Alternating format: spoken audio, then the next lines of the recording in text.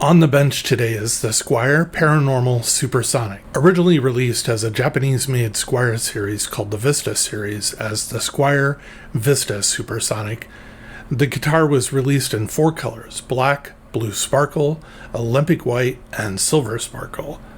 I really like guitars, I don't know why, in blue sparkle and even silver sparkle, but especially blue sparkle.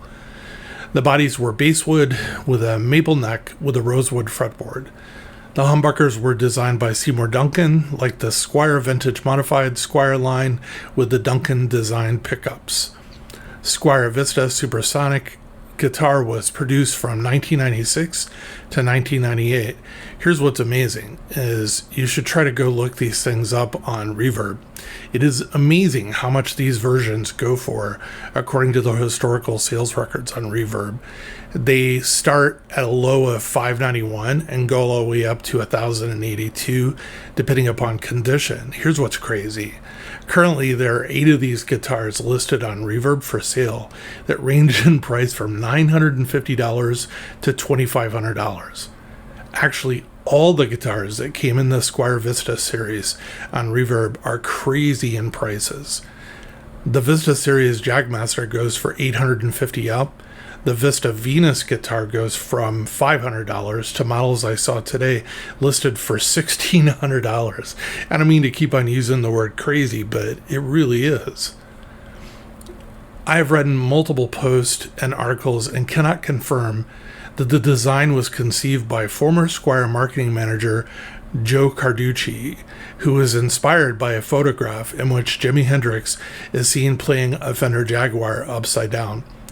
I did a query on the internet and I actually did find about a dozen photos of Jimmy actually playing a Jaguar upside down.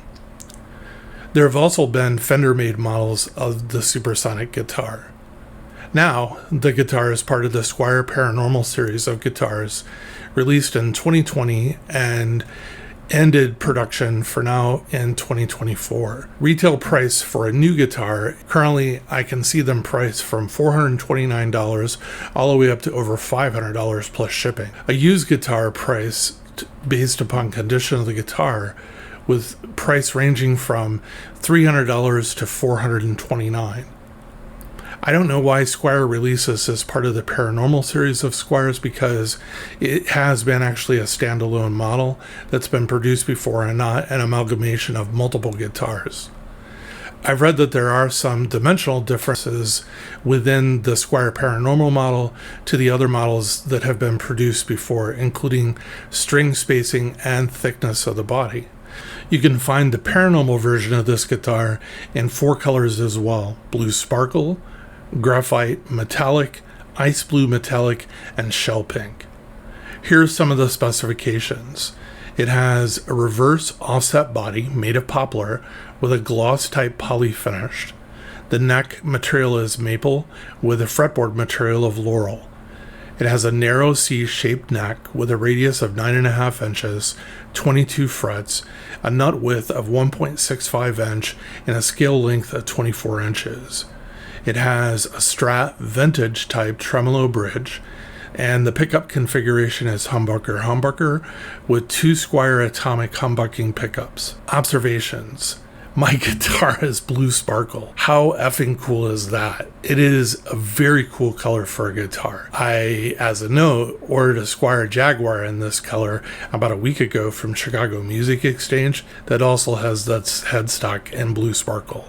The headstock's in blue sparkle. Can you tell I'm kind of excited about this? Don't know why, but I am. I have several reverse headstock guitars. I really had serious problems restringing this guitar. I could not figure why until it dawned on me that this is a classic tuner guitar with split shafts. My other guitars that are reverse headstock are not. Measuring the proper string length and just Stringing this thing in general is a very cumbersome process. At least it was to me. I actually did have one thought while I was doing this is this is what our brothers go through that are left-handed.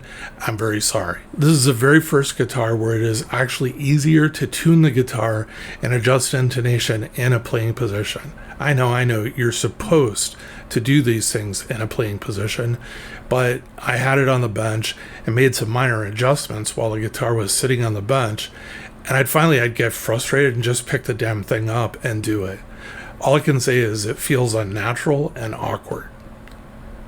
Normally, if I'm not going to like a pickup on a 2-pickup guitar, it's going to be the neck pickup. I really like the neck pickup on this guitar, and I really do not like the bridge pickup. It sounds muffled without any top end that you would expect from a bridge humbucker. I have many 24-inch scale guitars. This is the first time the fretboard seemed cramped to me, and actually kind of made it somewhat of a challenge for me to play with my large fingers. My guitar weighs 7 pounds and 9 ounces, or 3.456 kilos.